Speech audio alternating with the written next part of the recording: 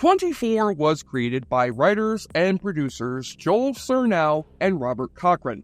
The pair had met in the early 80s when they both worked on the primetime soap opera Falcon Crest. The two would strike up a friendship and begin to work together on other shows, one of the most memorable being The Commish with Michael Chiklis. And in 1997, the duo would create the cult classic action drama series La Femme Nikita, which ran for 5 seasons on the USA Network. After that series cancellation, Surnow and Cochran would try to develop a new show that they could pitch to Fox. Surnow had the idea for a TV series with 24 episodes in a season that would take place in real time. Joel called Robert Cochran and told him his idea, to which Cochran replied, "That's the stupidest idea I have ever heard. It will never work." But Joel insisted, and they would meet the next day at an IHOP to flesh out the concept. And after a few hours of debate and many pancakes, they finally agreed that this could work. They decided that the show would be called 24 and would revolve around an agent named Jack Bauer, who worked for the fictional government agency, the Counterterrorism Unit, or CTU for short. Each episode would be an hour of that day, eventually leading to an epic conclusion. Joel and Robert pitched it to Fox, who then immediately picked it up, saying that it was a revolutionary concept that would advance television. But Surnow and Cochran realized that making a show in real time would be challenging. Unlike other TV series at the time, you didn't have the same shortcuts.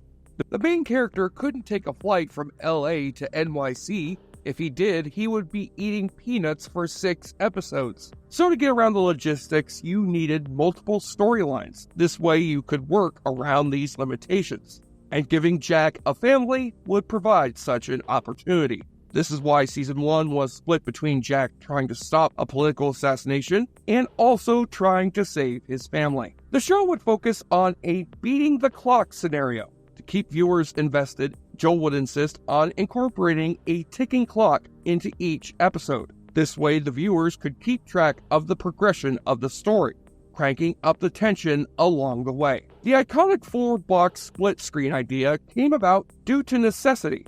Initially, the plan was to use a split screen because all the scenes involved phone calls.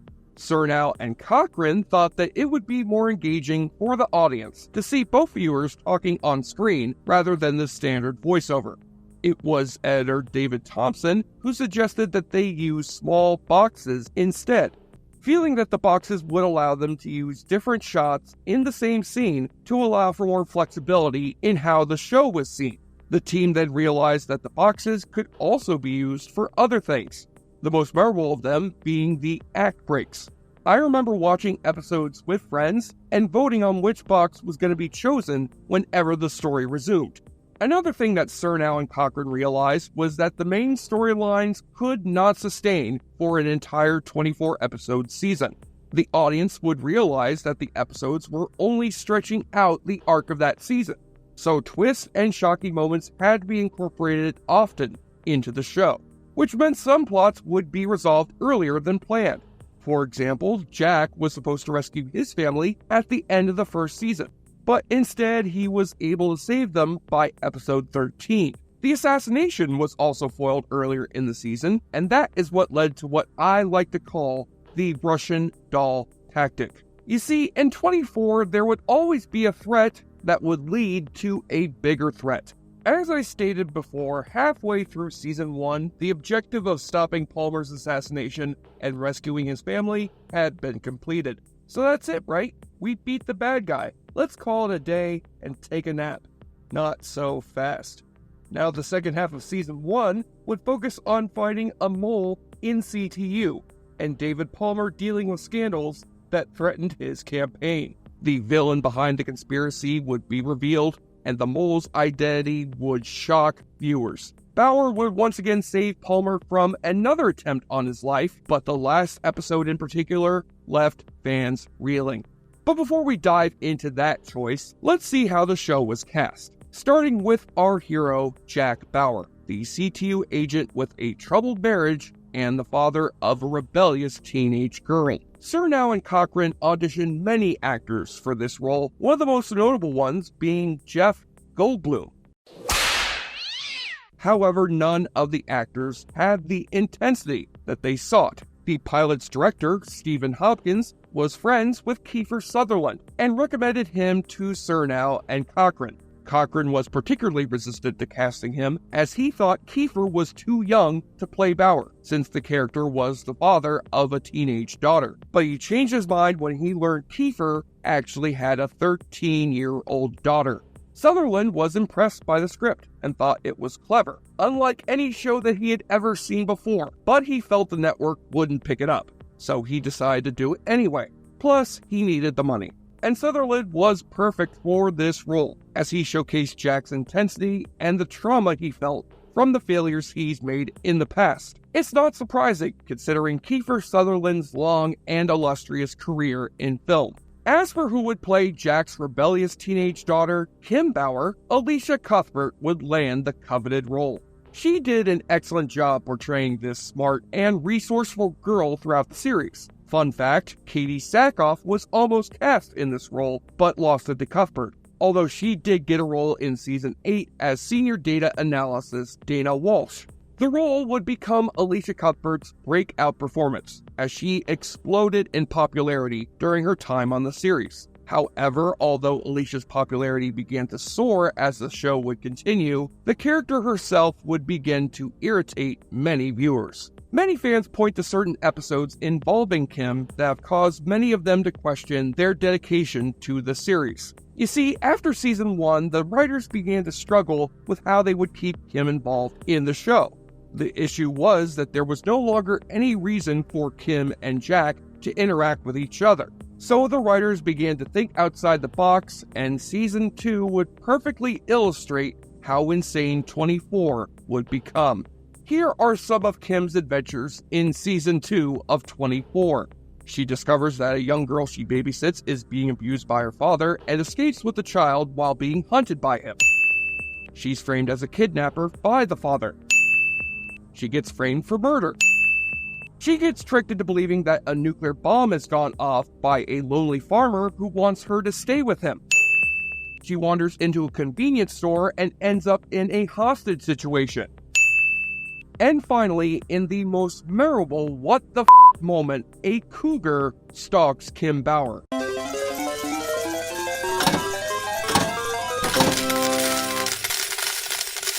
Yes, you read that right. A wild animal hunts the daughter of a government agent. Because I feel like tonight would be the perfect night for you to get back out there, like, now. I don't think so. Okay, well, what if you were, like, stuck in a trap in the woods and, like, a cougar was trying to eat you? Would you date that? That's insane. Why would that even happen? I have no idea. The story behind this legendary moment is hilarious. In a 2013 Vulture article, Robert Cochran would talk about this episode, saying, quote, "The Angeles Crest Forest is just outside of LA.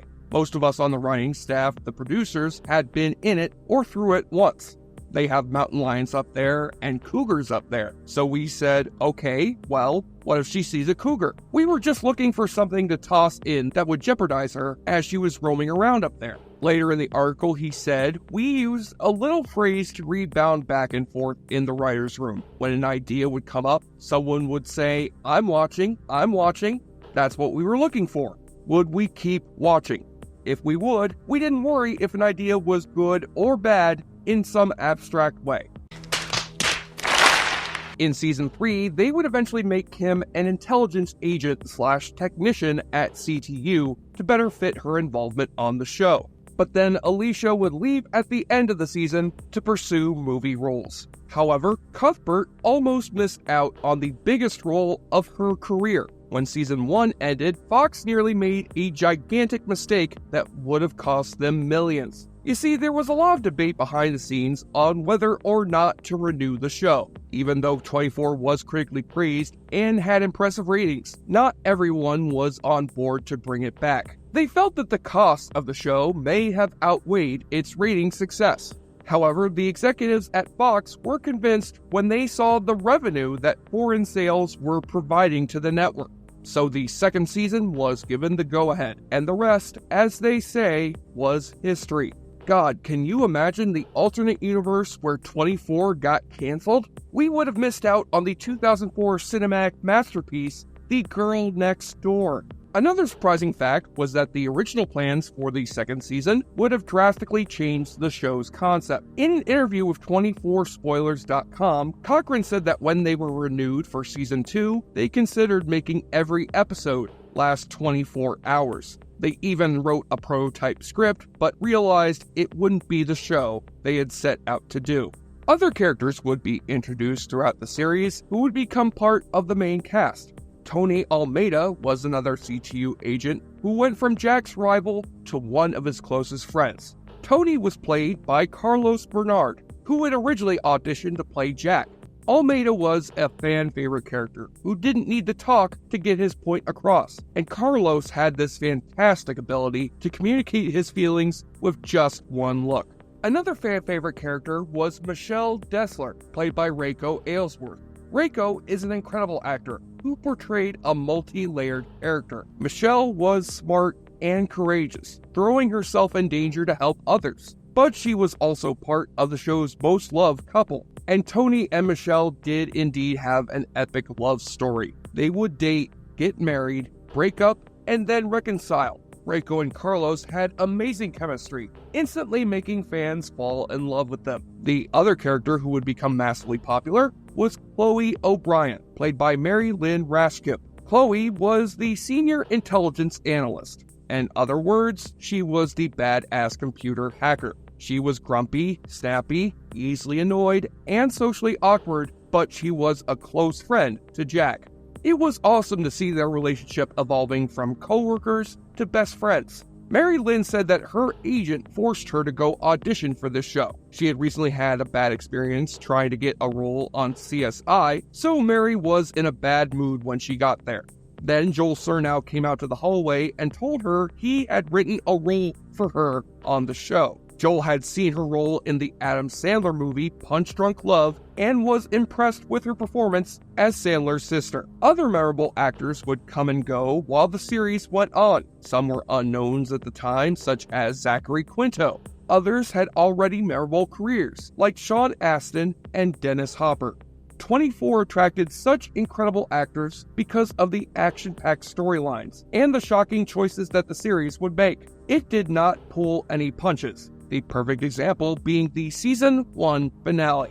In this last episode, Jack is betrayed by his co-worker and former lover, Nina Myers, played by Sarah Clark. Towards the end of the season, it was revealed that Nina was a mole in CTU who was working against the agency. Jack's wife, Terry, accidentally discovers that Nina is the mole, which forces her to kill Terry Bauer. So the season would end with Jack cradling his dead wife in his arms, devastated. However, this was not the original ending. Originally, Terry would survive and be reunited with her family. But Surnow and Cochran realized this would destroy the show's realism, saying that the original ending would have made this show a fairy tale. Surnow and Cochran knew that because Jack had saved the future president, there had to be a price.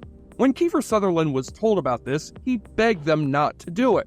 He said that they would be betraying the audience, but they stuck to their guns, creating one of the most shocking moments in the entire series. That would create some major stakes. Every season, you did not know who was safe. One of the best examples was in Season 3, when there was a subplot revolving around terrorists in possession of a chemical weapon, a deadly virus called the Cordia virus.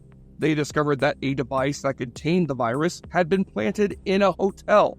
An agent named Gail Ortega and Dessler would search the hotel for the device. Ortega finds it, and just as he's going to defuse it, it goes off in his face. Say what?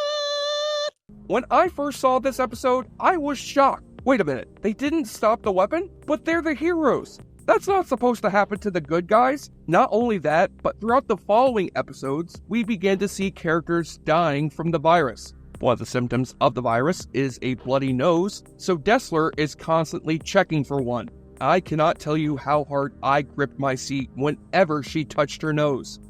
But even though 24 was a hit with critics and viewers, it also had its fair share of detractors. Many would accuse the show of promoting racist stereotypes towards Arab Americans and sexist depictions of women.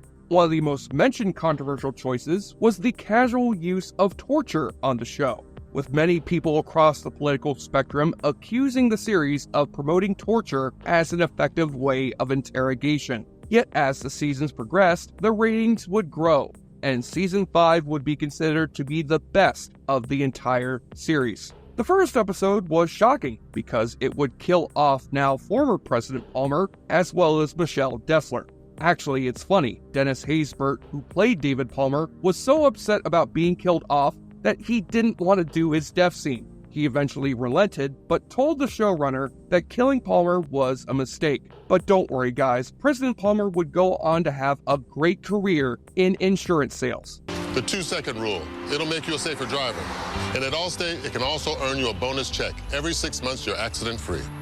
Can you afford not to be in good hands? Another factor in Season 5's popularity was one of its main antagonists, RoboCop himself, Peter Weller, in the role of Jack's former mentor, Christopher Henderson, who was responsible for killing his friends and working in a conspiracy to increase America's military posture in Central Asia. This season was a masterclass at interweaving multiple storylines, all filled with action and big character moments. But after Season 5, the ratings would begin to slip, and fans would grow tired of Jack Bauer's adventures. A lot of the stories would begin to feel repetitive. In my opinion, the new characters who would be introduced were not as interesting or multidimensional as the previous cast, except for one, Renee Walker, played by the late Annie Wersching. Renee was the perfect match for Bauer. She was intelligent, strong-willed, and a badass. She was similar to Jack in that she would do whatever it took to protect the country.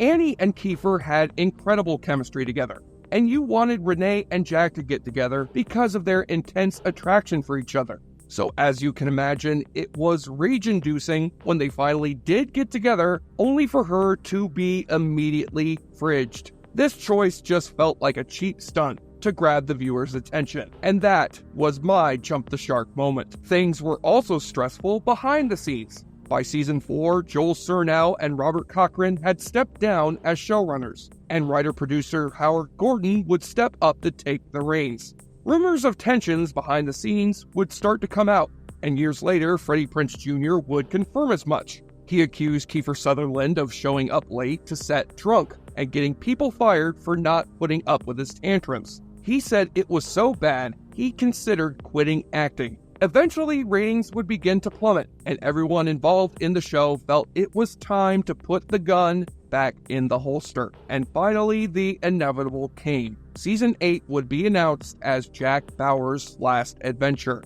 And on May 24th, 2010, on day 8 from 3 p.m. to 4 p.m., Jack said goodbye to the fans and headed to parts unknown. Until 4 years later, when Jack Bauer would return for a 13-episode miniseries called 24 Live Another Day, or what many fans consider to be Season 9. This miniseries would revolve around Jack trying to stop a terrorist plan to use American drones to force the president to surrender himself to them, to be executed for what they consider to be war crimes. Then the computer program that was used to take over the drones was used to have a U.S. submarine attack a Chinese vessel to start a war between the U.S. and China. The season would end with Jack surrendering to the Russians to free Chloe from their clutches. And the last we saw of Jack was him flying away in a helicopter to more than likely be tortured. But that was not the end of the 24 universe. In 2015, a spin-off called 24 Legacy would premiere, featuring an entirely new cast, although Carlos Bernard would guest star as Tony Almeida for a few episodes. The show would only last one season due to low ratings, but other countries would also make adaptations of 24. In 2013, Colors TV, an Indian general entertainment pay television channel, would produce and air 24 India, which got rave reviews. Another adaptation was made in Japan called 24 Japan, which would end up lasting for 2 seasons. But as for the original 24 series, could it come back? Well, people have certainly tried. There have been multiple projects thrown around for the 24 franchise. A movie and a prequel series were being developed, but nothing has panned out since. Kiefer Sutherland says he is interested, but considering his age, he says the clock is ticking. Pun not intended. In my own opinion, 24 should come back, but with an original story. 24 would fall into the trap of repetitive plots and cheap stunts to shock the audience. A return to the series would deserve something to match or exceed this series' influence on television. Many shows have since taken the real-time concept and run with it. The most recent example being the hit TV series The Pit, which revolves around the night shift of an emergency room as doctors and staff try to deal with their duties. And just like 24, every episode revolves around an hour. There were also some great parodies that paid homage to the show, my favorite being the Mad TV sketches starring Bobby Lee. If you want to watch the series for yourself, Season 1 through 8 and 24 Legacy are currently on Hulu to stream. For the most part, this show does hold up, although many moments are dated and silly. And I sadly must admit that some aspects of some seasons are just, well, problematic. However, despite its worst seasons and moments, this show was certainly entertaining, and I wouldn't mind going down that rabbit hole again. So if you feel like running around trying to stop the world from ending, or just want to be the guy in the chair helping a super spy kill bad guys, then sit back, grab your remote, and get ready for the clock to start ticking. You'll end up having a blast.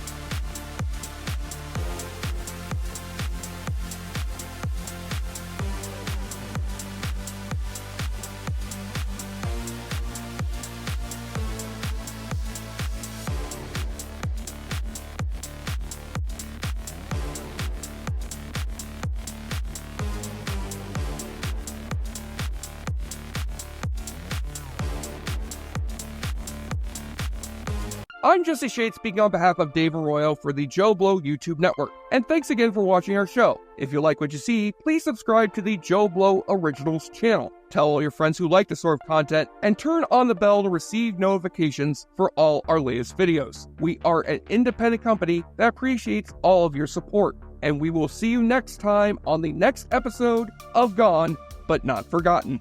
Thank you for clicking on our video, everybody. If you like what you saw here, please make sure you like the video and subscribe and share with your friends who like this sort of content. JoBlo was created by movie fans for movie fans, and we appreciate your support.